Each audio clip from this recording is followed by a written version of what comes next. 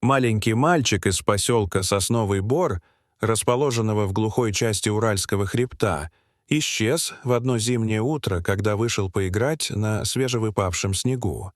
Мать позвала его на обед, но он не откликнулся. Когда отец, Юрий, вышел во двор, он не увидел никаких следов, будто бы мальчик просто растворился. Поиски длились неделями.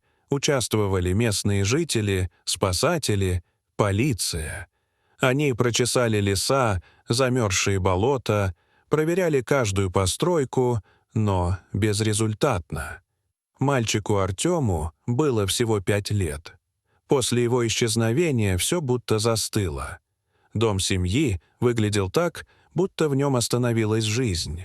Спустя 8 лет его отец просматривал очередную стопку документов от полиции, пока к ним не зашел сосед, Алексей, человек замкнутый, который после гибели своей семьи стал вести уединенный образ жизни.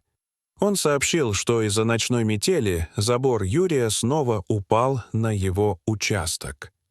Юрий извинился, но Алексей отмахнулся, сказав, что уже все починил. Это была первая странность за день. Позже, когда жена Юрия, Ирина, предложила пригласить Алексея на ужин, Юрий сначала колебался. Их семья давно не принимала гостей. Но в итоге он согласился и отправился пригласить соседа.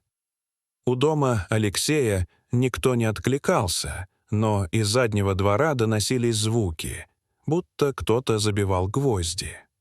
Юрий нашел соседа у старой собачьей будки, где тот, по его словам, что-то чинил. Будка выглядела старой, но была явно недавно подновлена. Алексей сообщил, что собирается завести собаку, хотя лет 10 у него не было никаких животных. Это показалось странным, но Юрий не стал настаивать. Он предложил составить компанию соседу, но Алексей сообщил, что не сможет съездить за собакой вместе, потому что у него встреча с друзьями. Но по дороге из магазина Юрий увидел, как тот сворачивает на территорию местного приюта для собак. Это стало второй ложью. Вечером Алексей пришел на ужин, одетый в простое, слегка поношенное пальто и с бутылкой дешевого вина. Он был напряжен, движения резкие, взгляд цеплялся за детали обстановки, как будто искал способ избежать разговора.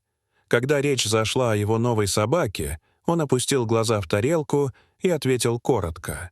«Давно хотел, заказал заранее, просто сегодня забирал». Но Юрий уловил неуверенность в его голосе. Ирина, не скрывая эмоций, упомянула их сына. Алексей вздрогнул, замер, а затем резко поднялся из-за стола, пробормотав, что забыл занести собаку в дом, и поспешно вышел, даже не надев пальто.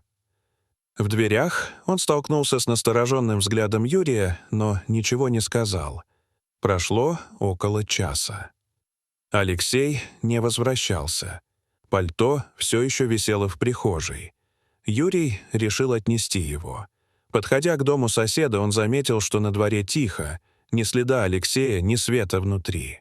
Но пес все еще находился в клетке во дворе, хотя Алексей уверял, что пошел занести его в дом. У будки собака резко начала лаять, взглядом выискивая что-то под деревянной конструкцией. Это был необычный лай, тревожный, настойчивый. Юрий присмотрелся и заметил, что у основания будки блестит металл.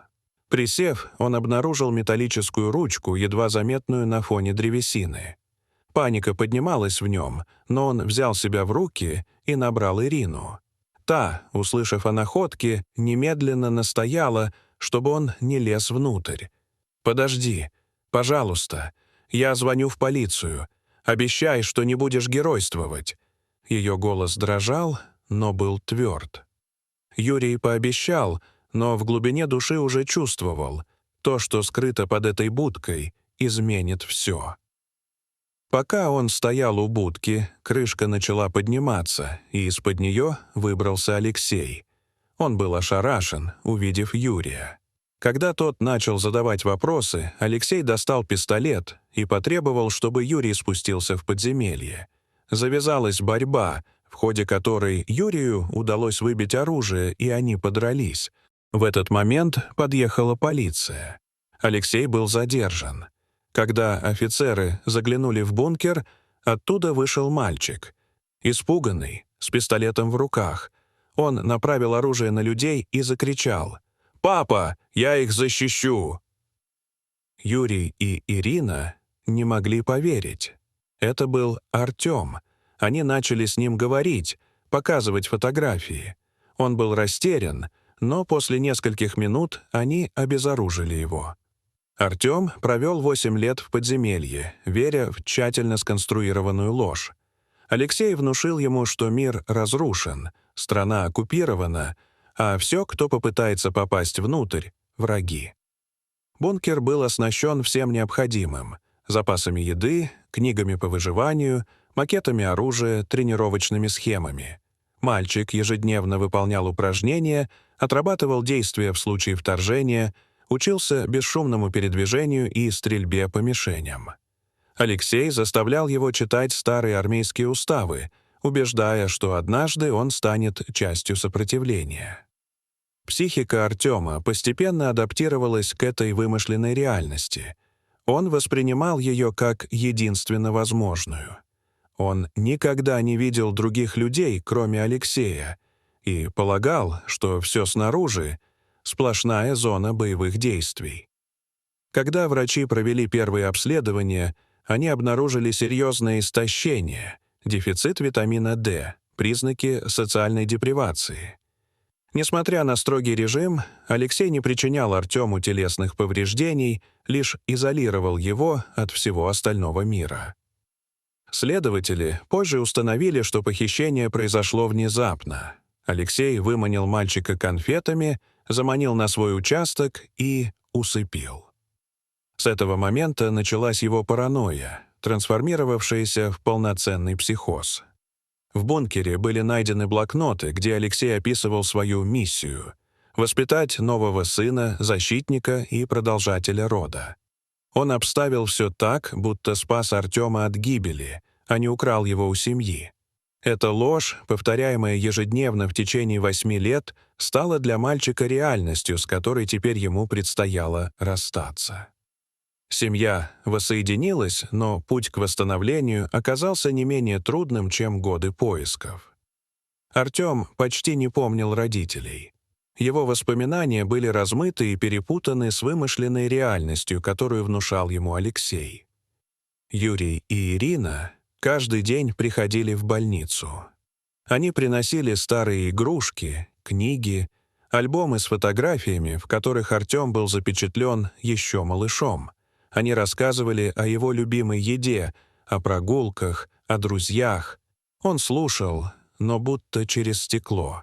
Временами в его взгляде мелькало узнавание, а иногда полное отчуждение. Алексей тем временем находился под стражей, ожидая суда. Его молчание было глухим, и следователям приходилось собирать доказательства из его дневников и содержимого бункера. Каждый вечер, когда Ирина клала руку на плечо Юрия, они оба знали. Их сын вернулся. Сломанный, запутавшийся, но живой. И теперь у них снова была цель — помочь сыну найти путь назад. Дорогие зрители, что вы думаете об этой истории? Расскажите, пожалуйста, в комментариях.